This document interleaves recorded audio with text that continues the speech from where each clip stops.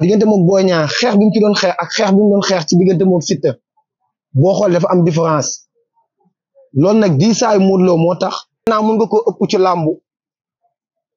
waaye pour nga dàq koo bëre dafa jafe moom Diop 2 waaye moo kankang dama naan la képp ku naan la yaa ëpp Diop 2 doole dalay nax ku naan la yaa dàq bëre Diop 2 jërë ngeen jëf mbokk internet yi nga xam ne yéenay topp seen bi di Xelmou TV gars yi tey ñu ko daan defee rek ci jotaay làmb waaye tey ne dafa am mbir moo xam ne dafa spécial te yaakaar naa ne ñu war see waxtaan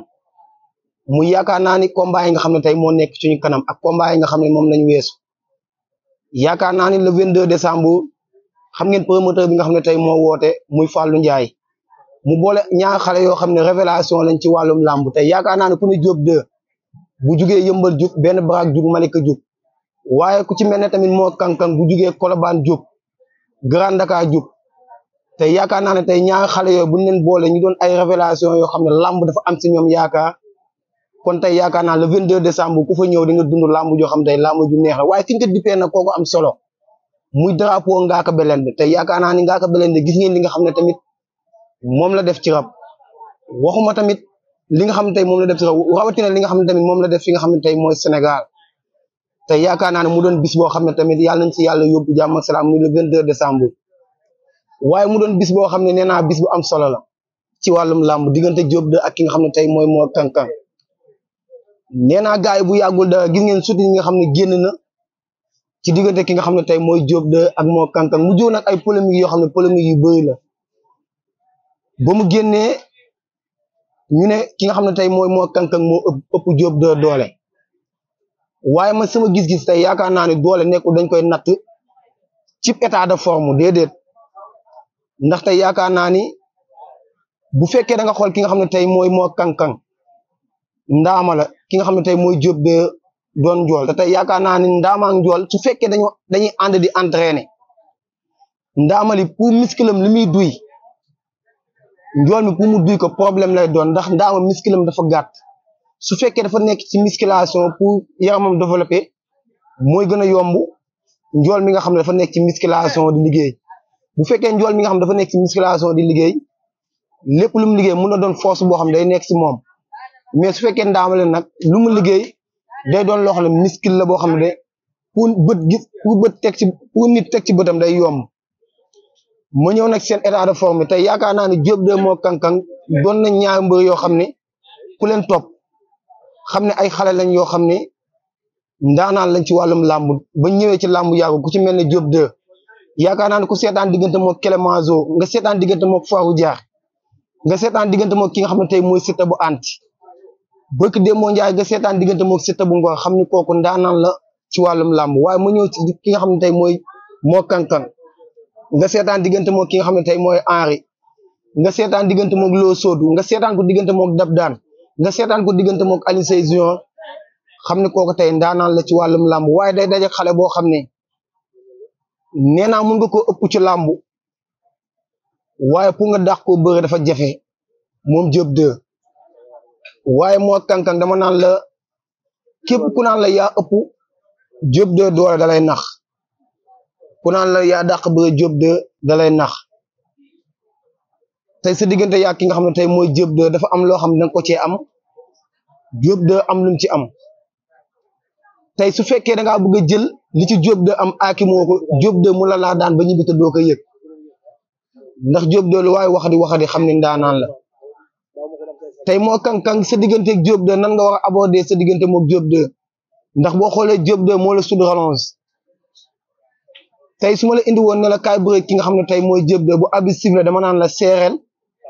ki nga xam ne tey mooy Diop 2 moo kankang nee naa say avantage mi ci nga jàpp ngemb soog a bëre waaye ci combat distance bi nekkul loo xam ne da la ci arrangé jant boo bëree combat distance mun nga am mbetteel sa diggante ki nga xam ne tey mooy Diop 2 waaye Diop 2 nag su ma la indi woon combat distance yi moo la arrangé Diop 2 sa diggante moo kankang waroo àgg ci ngembal moo kankang te xeexoog moom ndax moo kankang daanaan la boo xam ne pour li nga bëgg pour mu exploité wu faaw nga xeex ak moom mun a àgg ci géñoom mais boo xeexut ak moom pour nga àgg ci géñoom moo kankang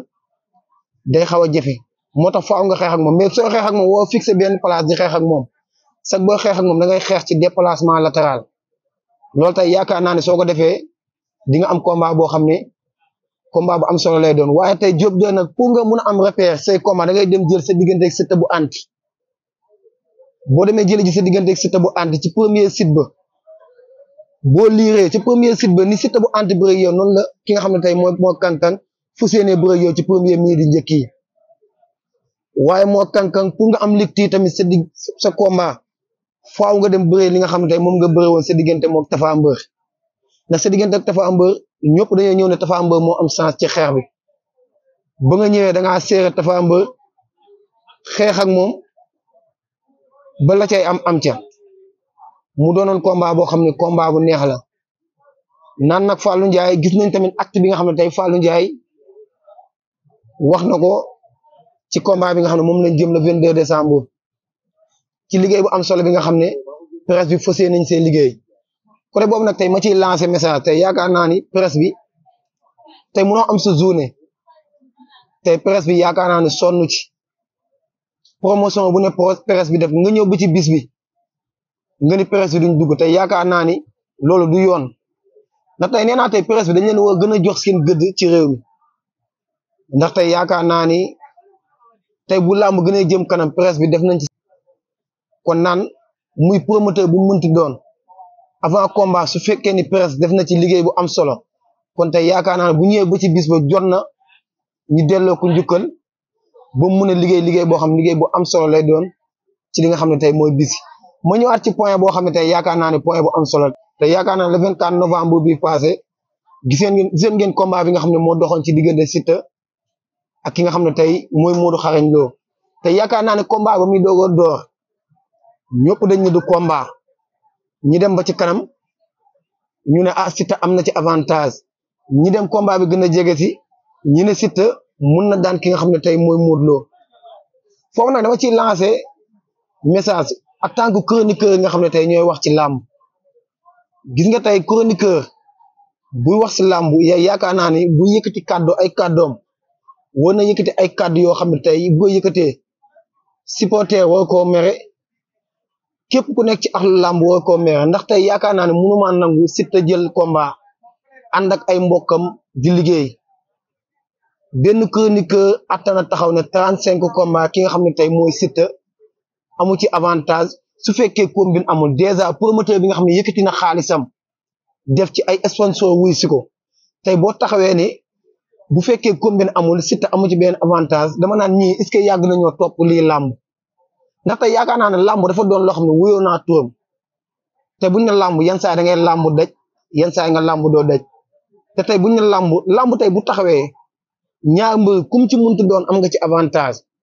day tombé nag avantage yi ñoo dul doon benn kii da ci am avantage 100% kii am ci avantage 50% mais ki nga xam ne tey moo am avantage 50% jënd boo ko xañee 50% am yooyu noonu tey yow chroniqueur bi yaa ngi dugg ci dimension supporter te tey yaakaar naa ne chroniqueur woote dugg ci dimension supporter ak lu waay waxadi xam ne Siteu ko le 24 novembre su fekkee doole indi na ko su fekkee gàllaaj indi na ko su fekkee tamit stratégie de combat indi na ko ndax tey yaakaar naa ni Siteu ko le 24 novembre bi passé ku xool Siteu xam ne dafa indi stratégie de combat ndax tey mënoo ne da ngay dajeeg mbër ñu jox ko favori tey soo ñëwee lenn moo la mën a génnee ci bis bi stratégie de combat te stratégie de combat boobu noonu moom la ki nga xam ne tey moom la Siteu indi ci bis bi waaye tey Modou Xarañ Lo yenn saa damay dégg xam nga tey làmb woo ñu ko teg ci côté mystique yenn saa làmb jeex ñu dem dékk ay sëriñ micro ñu taxaw ne Modou Lo dañ koo jàpp ci gàllaaj déedéet Modou Lo jàpp ñu ko ci gàddaay ji Siteu moo indi stratégie de combat moo tax làmb ji de par rapport ak diggante moom Boy Niang boo demee toppaat combat bi diggante moom Boy Niang xeex bi mu ci doon xeex ak xeex bi mu doon xeex ci diggante moom Siteu boo xool dafa am différence loolu nag diisaayu Modou Lo moo tax pour mun cee nekk à l'aise pour xeex bi ci wax loolu tax mu jafe ci bis yi mais nekkul loo xam dañ ko jekku ci gàllaaj wala déedéet Siteu indi stratégie de combat Modou Lo diis ci bis bi loola waral li am ma ñëwaat ci beneen point boo xam ne point bu am solo la tey yaakaar naa ne combat bi dafa jeex ba combat bi jeexee dafa am ay polémique yoo xam ne dafa am ci premier site bi ki nga xam ne tey mooy Modou Lo manuel na ki nga xam ne tey mooy Siteu ñi dem ki nga xam ne tey mooy Modou Lo dóor li nga xam ne tey mooy mbagg bi Siteu def li 3 appuis waaye su fekkee da nga dem topp ko ci beneen angle bi ndax làmb dafa bëri ay angle côté boobu nag dama ciy sànni track waa TFM ndax tey yaakaar naa ne événement yi toll nii tey bu ñu la ko joxee nga ñëw di wane ñaari angle man loolu dama koo dàq ci événement yi toll nii fi mu toll nii woon nañoo am ñaari angle yëpp tey bu ñu amoon ñaari angle yëpp pour àtte combat bi day yomb mais fi mu toll nii ak làmb ji lu mënti am ñaari angle lañ ñu woon te tey ñaari angle pour ñu sukkandiku ci ba wax ci ba joxe ci verdict day xaw a jafe loolu tamit erreur la boo xam ne waa TFM def nañ ko ma ñëw ci site bi dañ ni bu dee ci côté règlement dañ ni bu fekkee ni action mbër mi moo ko def ci biir site bi dem jeexee ji si diggante ñaar saaku yi foofu dañ naan dañuy valider site mais su fekkee ni nag ki nekk ci bitti moo def action daan ki nekk ci biir te fekk ba mu koy daan lu ëpp ci ay yaramam génn na ci bit boobu dañ leen ñu woowaat ñi ñëw ndax yaakaar naa ne ku dem seetaan ki nga xam ne mooy Bébé Bismi ak Siteu bu Ngor ci premier site bi Siteu bu Ngor dafa nekk ci bitti def action daan ki nga xam ne tey mooy Bébé Bismi arbitre woowaat leen ñëwaat leen bëre ki nga xam ne tey mooy Siteu bu Ngor lànk na du bëre ku dem seetaan ko tamit boo demaatee tamit ci combat Liss Ndiago ak Pokola lu mel noonu am na ci bañ demee ba ci biti Liss Ndiago cabaxal ki nga xam ne tey mooy Pokola abi def ni ñi loxom ne dara amul ñu ñëwaat bëre waaye abi tamit ci côté VAR côté boobu tamit war nañ fee taxaw problème mu nit ñi mooy arbitre ba mu ni nañ dem VAR foofu nit ñi tamit dañ ciy poser question ne ba mu ni nañ dem VAR ba mu demee VAR dafa demoon pour xooli ba xam site am na pour joxe li nga xam ne tey mooy victoire su fekkee dafa sifflé day doon xooli ba xam site am na wala site amul su fekkee dafa dem xooli ne site amul ba mu ñëwee ci règlement wax Siteu kon soit de libéré lañ ko mën a tuddee ndax yaramam génn si biti foofu ak bu ñu ñëwaatee avant tout li mu waroon a njëkk a def bu fekkee ci règlement nag waxuma ko ngir kii wax dafa ànd ak Modou Lo waxuma ko ngir kii wax dafa ànd ak Siteu en tant que chroniqueur boo xam ne day wax ci làmb sinon ba arbitre ñëwee li doon logique bu fekkee dafa déclaré ne Siteu dafa def sortie ba mu ñëwee dafa waroon a jox Siteu avertissement sifflé waat combat bi ci règlement mais dafa sëgg sortie libéré boobu noonu ñëw sifflé waat combat bi ba li ci am ci noonu la affaire demee